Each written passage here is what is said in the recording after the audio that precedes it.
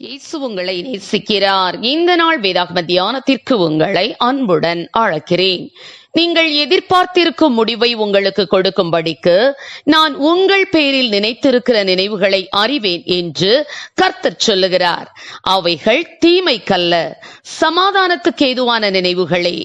எரேமியா 29:11. முதலாம் உலக போரின் போது ராணுவ வீரர்கள் பலர் காயமடைந்து அதனால் ஏற்பட்ட தொற்று நோய் கிருமிகளால் பாதிக்கப்பட்டு இருந்தனர். ராணுவ வீரர்களின் மருத்துவ குழுவிற்கு தலைவராக அலெக்சாண்டர் பிளமிங் நியமிக்கப்பட்டார். நோயாளிகளுக்கு கிருமி நாசினி மருந்து கொடுத்தும் நோய் குணமாகவில்லை, காயங்களும் ஆறவில்லை. மேலும் அந்த கிருமி நாசினிகள் நோய் எதிர்ப்பு சக்தியை குறைத்தது, பாக்டீரியாக்களையும் பரப்பின. எனவே பாக்டீரியாக்களை அழிக்கும் பொருளை கண்டறிய பிளமிங் பிரயாசப்பட்டார்.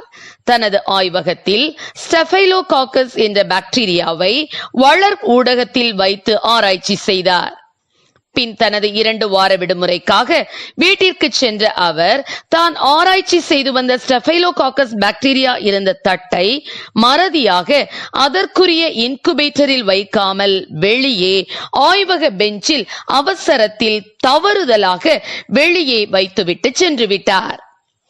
அவர் திரும்பி வந்து பார்த்தபோது அந்த தட்டில் அவர் வைத்து சென்ற ஸ்டெஃபைலோகாக்கஸ் பாக்டீரியாவை காணவில்லை. அந்த தட்டில் பாக்டீரியாவை அழித்துவிட்டு பூஞ்சை படர்ந்திருந்தது. அவருக்கு ஒரே ஆச்சரியம். இன்குபேட்டரில் வைத்து செல்லாததால் மாறுபட்ட வெப்பநிலையில் ஸ்டெஃபைலோகாக்கஸ் பாக்டீரியாவை அழித்த அந்த பூஞ்சைக்கு பென்சிலின் என்று பெயரிட்டார். அந்த பென்சிலின் தான் மருந்துகளின் ராணி என அழைக்கப்படுகிறது. 1928 உலகிலேயே முதலில் கண்டறியப்பட்ட நோய் எதிர்ப்பு சக்தி மருந்து பென்சிலின் தான். அதற்கான நோபல் பரிசினை அவர் பெறும்போது பரிசு பெறும் மகிழ்ச்சியை விட எண்ணற்றோரின் உயிரை காப்பாற்றியதுதான் தனக்கு மகிழ்ச்சி என கூறினார்.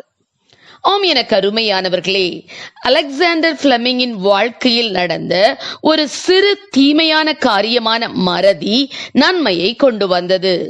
வேதாகமத்தில் யோசேப்பினுடைய வாழ்க்கையில் அவன் தகப்பனுடைய விசேஷமான அன்பின் அரவணைப்பில் பல்லவருணமான அங்கி தரித்து ஆனந்தமாய் வாழ்ந்தவன்.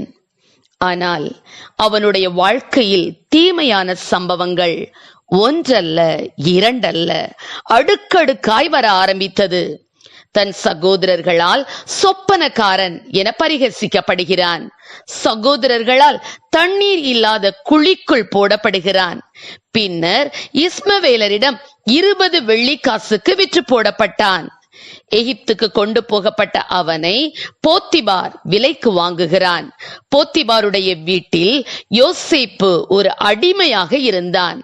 அங்கிருந்து போத்திபாருடைய மனைவியால் குற்றம் சாட்டப்பட்டு செய்யாத குற்றத்திற்காக சிறைச்சாலையிலே போடப்பட்டான்.